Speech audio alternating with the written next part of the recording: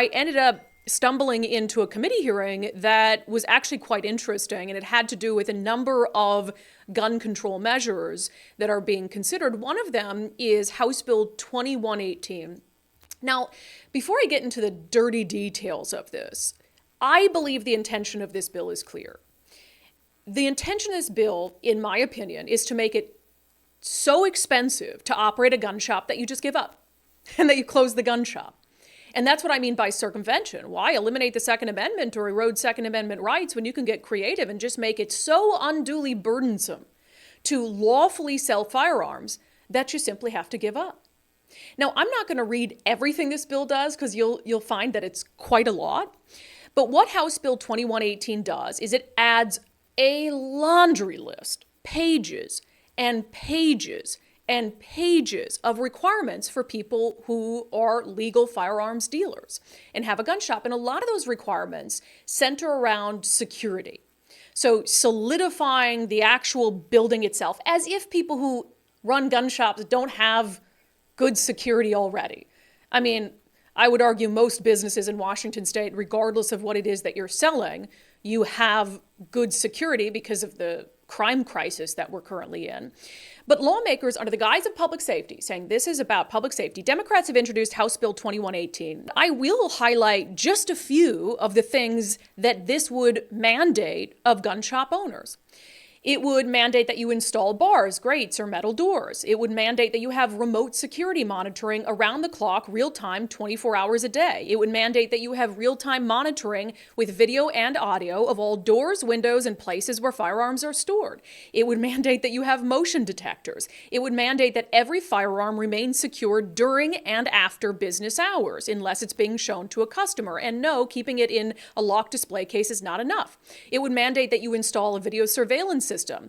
It would mandate that the video covers all the exits. It would mandate that the video cover all areas where guns are displayed. It would mandate that the video capture all transactions that take place, even lawful transactions to buy a firearm. It would mandate that the system record video 24 hours a day and that video be stored for 6 years. I don't even know how much it costs to store that much video for 6 years, but again, this is about making it too expensive to operate this kind of business. It would mandate that gun shops display a sign that says specifically, quote, "These premises are under video and audio surveillance. Your image and conversations may be recorded." It would mandate that gun shops maintain a record of all purchases, sales, and inventory and show it to law enforcement whenever they come around asking for it. It would mandate that these gun shops retain all ATF transaction records and maintain trace requests for a total of 6 years. It would mandate that gun shops carry general liability insurance policies providing at least $1 million of coverage per incident. And I could go on and on and on about the requirements that this would add to gun shops. And again, these are people who, to keep their firearm license, to abide by state and federal law, they have to do everything right. These are people who don't want someone to easily come into their establishment and steal their livelihood, steal the firearms that they are selling to make money. This is about targeting out one specific business when a whole variety of businesses are subject to crime and to theft. And I think what really got me as I was sitting there listening to lawmakers talk about on the left why we need this and on the right why we don't, is this statement from Democratic State Representative Amy Wallen. The point really is about common sense business regulation that will keep our communities more safe. So those who buy and sell firearms, I think, have responsibility to keep their firearms secure, to keep them safe, and there's reasonable surveillance requirements within the bill, and allowing for inspection to make sure that that secure storage is happening and that surveillance is happening. Law enforcement's asked us for this. They've asked us for these tools to be able to quickly address incidents that occur, and that's what we're trying to do here, right? We need to give law enforcement the tools they need to keep us more safe. Law enforcement asked us for this, so we must do it, right? We need to give law enforcement the tools they need to keep us safe. It's interesting. Now, I don't know what law enforcement entity asked you for this bill specifically in its current form, or asked you to focus on this bill while completely ignoring criminals who are committing crimes with guns and giving them a quicker path out of prison. So I'm not quite sure if you're telling the truth there, but I'll take you at your word. And if you truly believe that, hey, if law enforcement comes to us and asks us for tools they say they need to keep the community safe, we better do it. Well, gosh, Representative Wallen, there's a whole laundry list of other things that police officers have asked you for repeatedly. And they've asked you to not do things that you have then done, like, for instance, eroding their ability to use their training and their judgment to pursue dangerous criminals who might pose a threat to public safety. I mean, law enforcement has certainly asked you for years now to fix the mistaken bill that you guys put forth in 2021, and you haven't been willing to do that. And as we speak, you are ignoring a voter initiative to the legislature that would restore reasonable police pursuits back to how they are.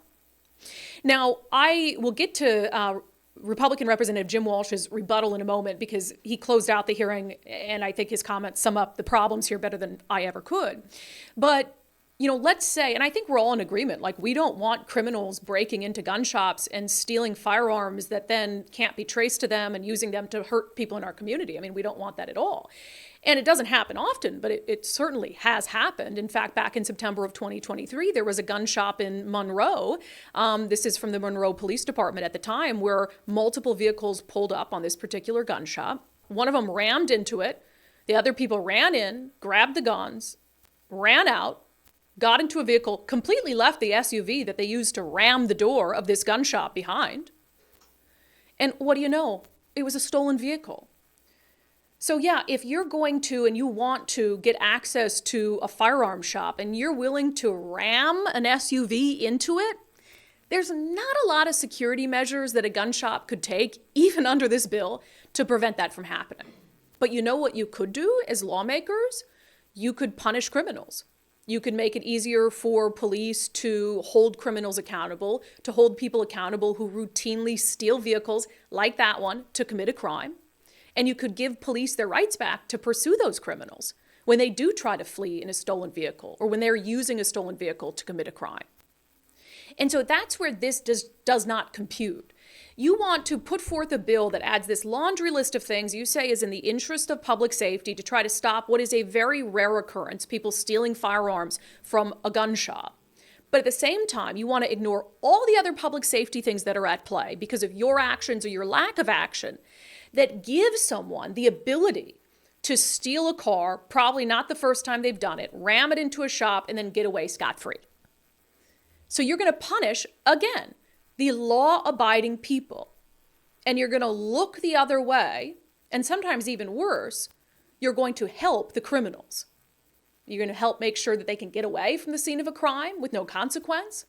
If they do actually get captured by the police, you're going to make sure that they get low bail. You're going to make sure that they can get a low sentence. And gosh, if they do get a high sentence, then under a bill being proposed this year, you're going to make sure that they can petition a judge at any time for early release from prison.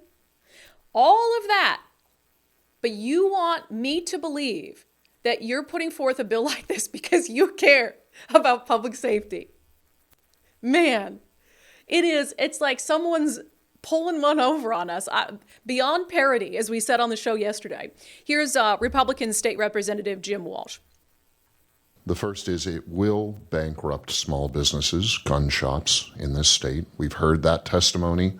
And all of us have probably received sidebar communications from the industry.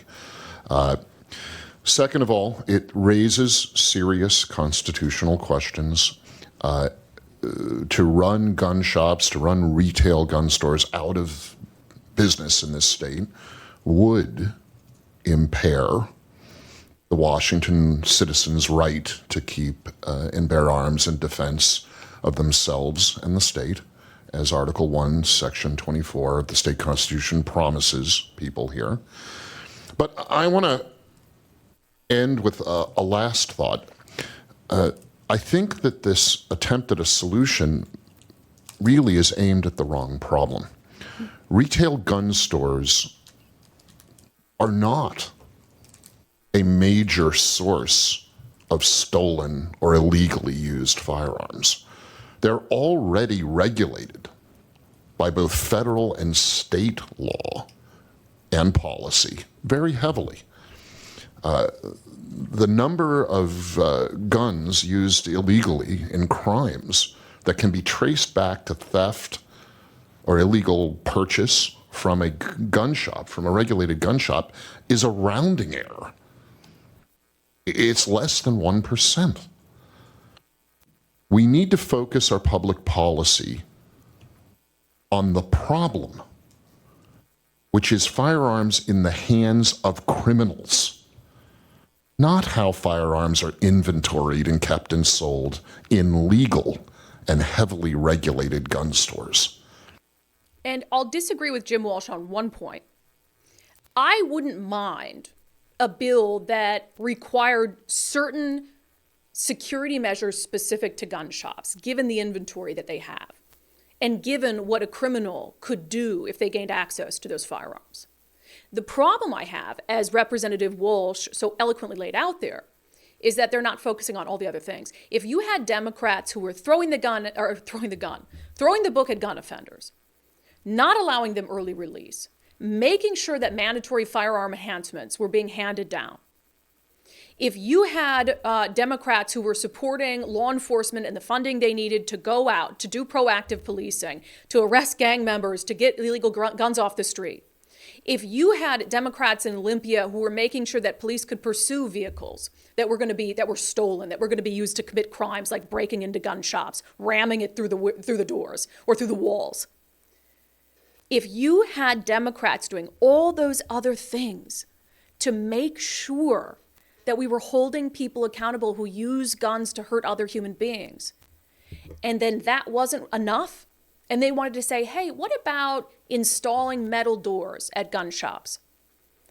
Would you be willing to do that? How can we help with that? How can we facilitate that? Maybe we can offer incentives to gun shops who are willing to harden their exterior. If there were a slew of these break-ins happening, if it were happening all the time, I would feel differently about this. But this bill is about the realization from Democrats that, hey, we don't have to fight these gun control fights, to take guns away from people, to get rid of the Second Amendment. All we have to do is make it so cost prohibitive to legally sell firearms that there's no place people can get them. And then we stop people who never intended to use guns to commit crimes from getting guns, and that's what we wanted all along.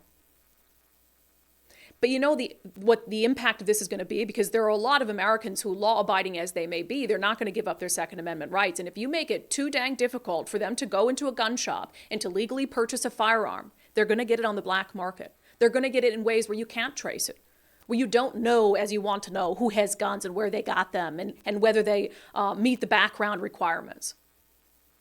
So all you're doing is making the problem worse. You're going to make it more dangerous. You're going to have more guns out there in the community that have no record of purchase whatsoever. And you're doing it under the guise of public safety. Give me a freaking break.